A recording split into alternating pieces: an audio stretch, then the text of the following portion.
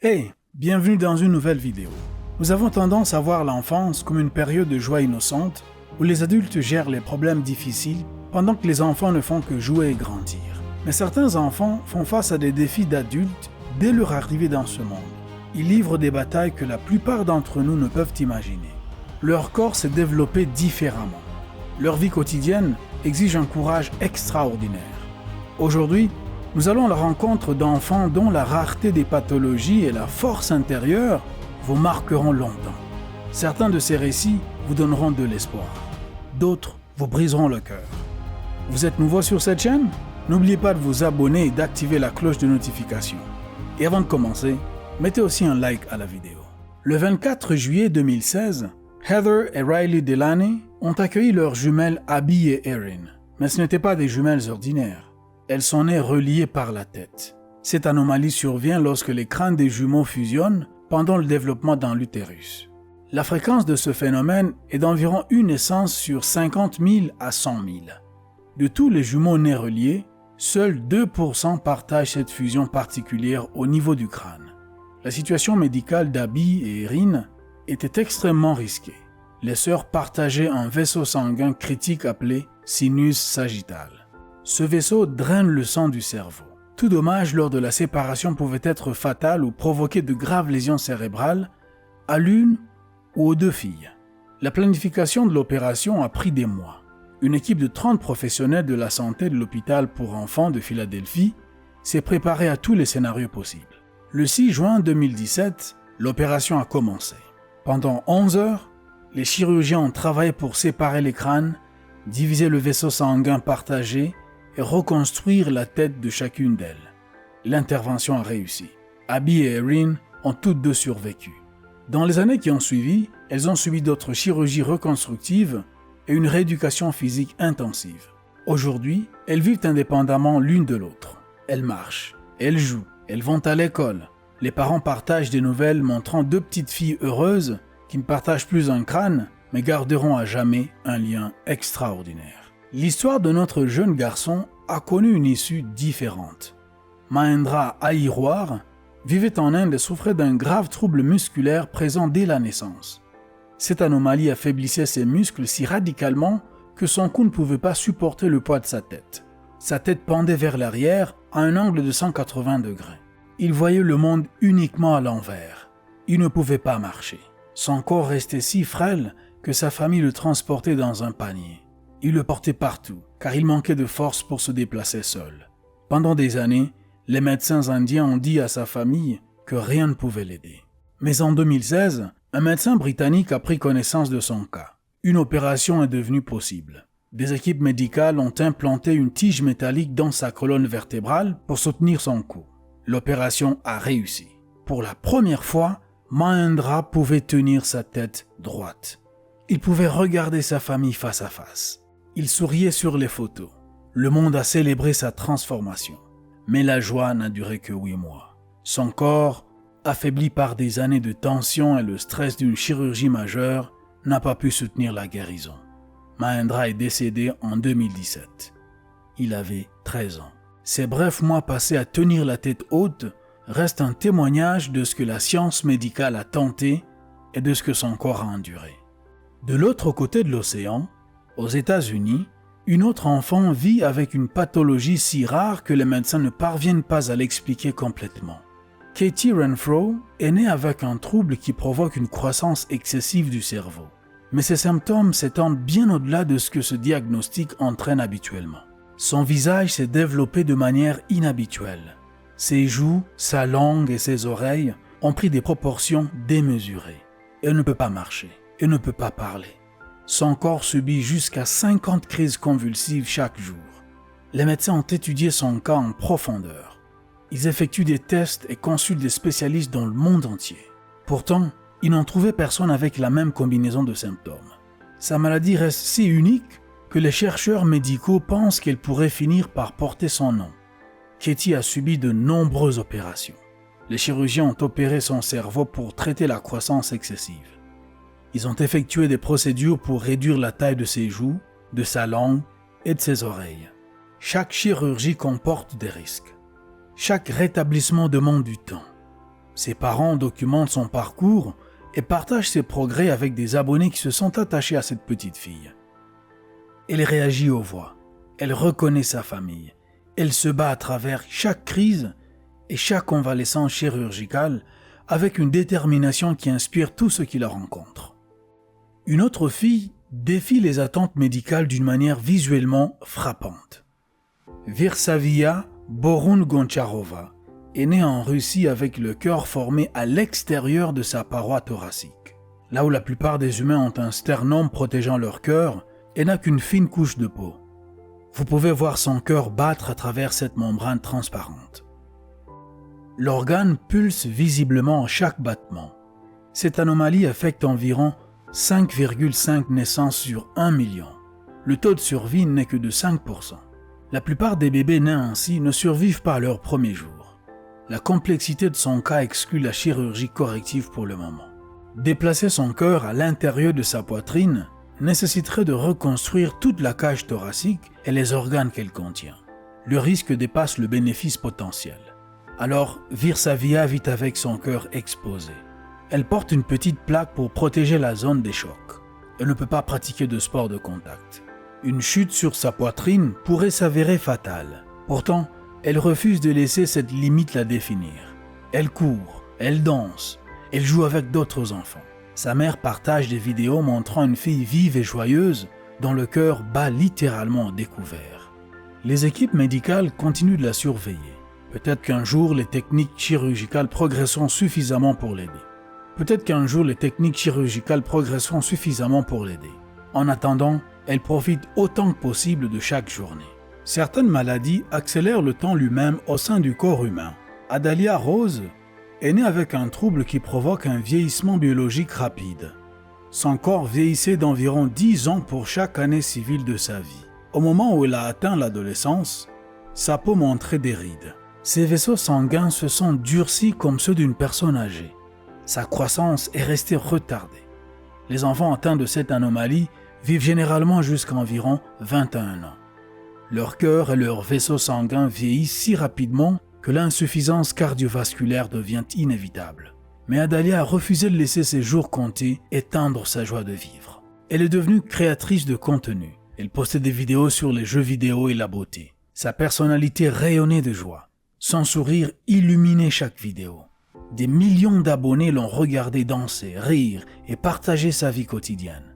Elle ne se cachait pas de sa maladie. Elle en parlait ouvertement. Elle a inspiré d'autres enfants confrontés à leurs propres défis. Adalia est décédée en janvier 2022 à l'âge de 15 ans. Ses comptes sur les réseaux sociaux préservent son héritage. Ses vidéos continuent d'apporter de la joie à ceux qui découvrent son incroyable énergie. Le squelette humain fournit généralement force et protection. Mais pour Zoé Lash, ses os apportent ni l'un ni l'autre. Elle est née avec une maladie qui rend ses os extrêmement fragiles.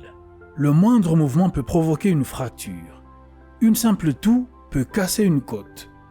Se retourner dans son lit peut briser un os. Son état relève de la forme la plus sévère de ce trouble. Les médecins ont détecté des fractures alors qu'elles se développaient encore dans l'utérus de sa mère. Dès sa naissance, la douleur a fait partie de sa vie. Elle a besoin d'équipements spécialisés pour chaque activité. Son fauteuil roulant la protège des chutes. Son lit soutient son corps pour prévenir les fractures pendant le sommeil. Pourtant, malgré la menace constante de fractures, Zoé maintient une attitude positive qui étonne tout le monde autour d'elle. Elle adore les super-héros. Elle rêve d'être comme les personnages qu'elle admire. À bien des égards, elle l'est déjà.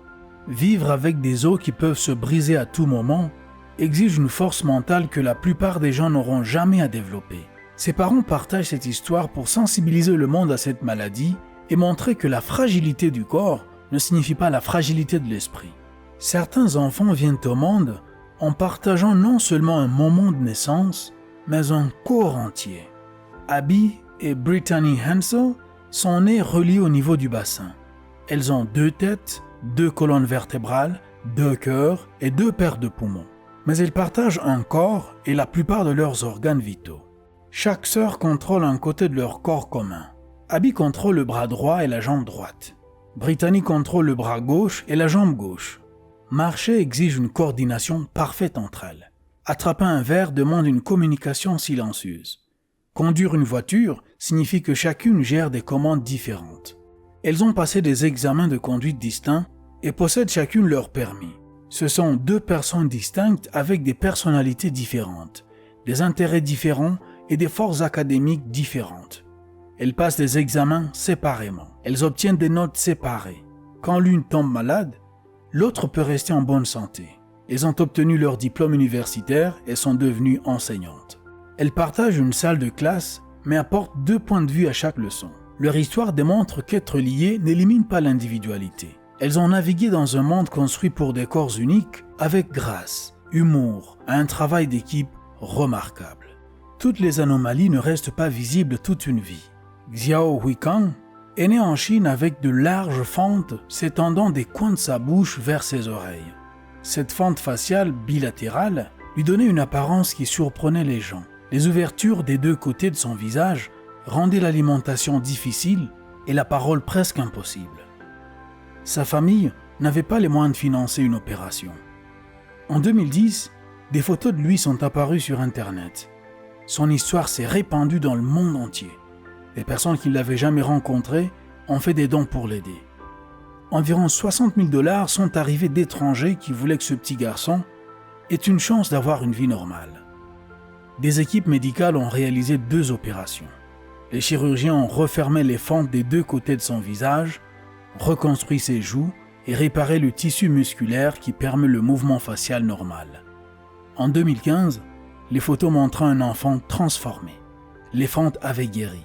Son visage avait pris sa nouvelle forme. Il souriait devant l'objectif. Il jouait avec d'autres enfants.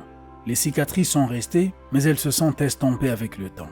Une communauté d'étrangers lui avait donné un nouveau visage, un nouvel avenir. Le cerveau contrôle tout ce que nous faisons. Voir, entendre, parler, bouger.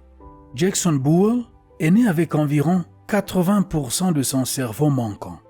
Son crâne contenait principalement du liquide, là où le tissu cérébral devrait exister. Les médecins ont annoncé une nouvelle dévastatrice à ses parents. Il ne verrait jamais, il n'entendrait jamais. Il ne parlerait jamais, ni ne reconnaîtrait sa famille. Cette anomalie n'a ni traitement ni remède. La plupart des bébés avec une telle malformation cérébrale sévère ne survivent pas. Mais Jackson a déjoué tous les pronostics. Il pouvait voir. Il réagissait à la lumière et au mouvement. Il pouvait entendre. Il se tournait vers les voix. Il reconnaissait ses parents. Il riait. Il émettait des sons qui exprimaient ses sentiments. Il ne pouvait ni marcher ni parler au sens traditionnel, mais il se connectait avec les gens autour de lui d'une manière que les médecins disaient impossible. Ses parents ont créé l'expression « Jackson Strong ». Ils ont partagé son parcours avec des abonnés qui ont regardé ce petit garçon prouver que les manuels médicaux avaient tort. Jackson a vécu 5 ans. Il est décédé en 2020. Sa courte vie a démontré que l'esprit humain peut s'épanouir même lorsque le cerveau qui l'abrite est presque absent. Toutes les naissances inhabituelles ne sont pas liées à une maladie. Baby Chanko est né au Japon en 2017 avec une chevelure épaisse et sombre. À 6 mois, ses cheveux avaient poussé en une véritable crinière, couvrant toute sa tête de vagues sauvages et magnifiques. Sa mère a commencé à poster des photos sur les réseaux sociaux. Les images se sont répandues rapidement. Les gens du monde entier sont tombés amoureux de ce bébé et de ses cheveux extraordinaires. Son nombre d'abonnés a grimpé à plus de 340 000 personnes. À 1 an, elle a décroché un contrat publicitaire avec une grande marque de soins capillaires. Elle est devenue la plus jeune mannequin capillaire que beaucoup de gens aient jamais vue. Les scientifiques évoquent plusieurs causes possibles pour une telle croissance capillaire spectaculaire chez les nourrissons. La génétique joue un rôle. Certaines études lient aussi la croissance excessive des cheveux à de graves brûlures d'estomac ressenties par la mère pendant la grossesse. Quelle que soit la cause, Baby Chanko a transformé une caractéristique inhabituelle en renommée internationale avant même de pouvoir marcher. Victoria Komada est née en Pologne avec des jambes pliées vers l'arrière. Les os de la partie inférieure de ses jambes ne s'étaient pas formés correctement. Certains os manquaient entièrement, d'autres avaient une forme anormale. Marcher sur ses jambes était impossible. Les médecins ont évoqué l'amputation comme seule option. Sa famille a refusé d'accepter cette issue. Ils ont cherché des alternatives. Ils ont trouvé une équipe chirurgicale prête à tenter une reconstruction. Le coût dépassait largement leurs moyens. Ils ont lancé une campagne de collecte de fonds. La réponse a été extraordinaire. Des dons totalisant 234 000 $ sont arrivés du monde entier. Les chirurgiens ont inséré des tiges métalliques dans sa jambe gauche pour redresser et allonger les os au fil du temps. La jambe droite n'a pas pu être sauvée. Ils ont amputé au-dessus du genou et l'ont équipé d'une prothèse. Le rétablissement a pris des années. La rééducation physique lui a appris à faire fonctionner ses muscles avec leur nouvelle structure. Aujourd'hui, Victoria marche, elle court, elle joue avec d'autres enfants. Les tiges métalliques restent dans sa jambe gauche. La prothèse donne de la mobilité à son côté droit. Elle vit une enfance active qui semblait impossible à sa naissance. Certaines anomalies apparaissent déjà dans les mythes anciens car ils existent depuis toujours dans l'histoire humaine. Milagros Cerrón est né au Pérou avec les jambes fusionnées de la hanche à la cheville. Cette anomalie, parfois appelée syndrome de la sirène, survient lorsque les membres inférieurs ne parviennent pas à se séparer pendant le développement fœtal et n'avaient aussi qu'un seul rein. La plupart des bébés nés avec cette anomalie meurent en quelques jours. Les jambes fusionnées empêchent le développement normal des organes du bas du corps. Milagros a survécu. Elle est devenue l'une des personnes connues ayant vécu le plus longtemps avec cette anomalie. À l'âge de 2 ans, elle a subi une chirurgie de séparation. Les médecins ont divisé ses jambes en 2 membres. Des années de rééducation physique ont suivi. Elle a appris à marcher, elle a appris à danser, elle est allée à l'école. Elle rêvait de devenir danseuse professionnelle. Mais les problèmes rénaux liés à son anomalie étaient inévitables. Son unique rein peinait à filtrer son sang tout au long de sa vie. Elle a dû subir des dialyses. Elle attendait une greffe qui n'est jamais arrivée. Milagros est décédée en 2019 à l'âge de 15 ans. Ses années de danse et de sourire restent préservées dans des vidéos que sa famille chérit. Rahma Haruna vivait au Nigeria avec une pathologie que les médecins n'ont jamais pu diagnostiquer complètement. À 6 mois, ses membres ont cessé de se développer. Ses bras et ses jambes sont restés de la taille qu'ils avaient atteinte à cet âge. Son torse a grandi, mais ses membres non. Elle ne pouvait pas s'asseoir toute seule. Elle ne pouvait pas se déplacer. Sa famille l'a placée dans une bassine en plastique. Il l'a transportée dans cette bassine partout où ils allaient. La bassine est devenue son lit, sa chaise et son moyen de transport. La famille n'avait pas d'argent pour les soins médicaux. Ils mendiaient dans les rues pour acheter de la nourriture et couvrir les besoins essentiels. Des journalistes ont découvert Rahma et ont partagé son histoire avec le monde. Des dons sont arrivés. Des examens médicaux ont été organisés. Mais les médecins n'ont pas pu identifier sa pathologie ni proposer un traitement. Malgré la souffrance, Rahma avait des rêves.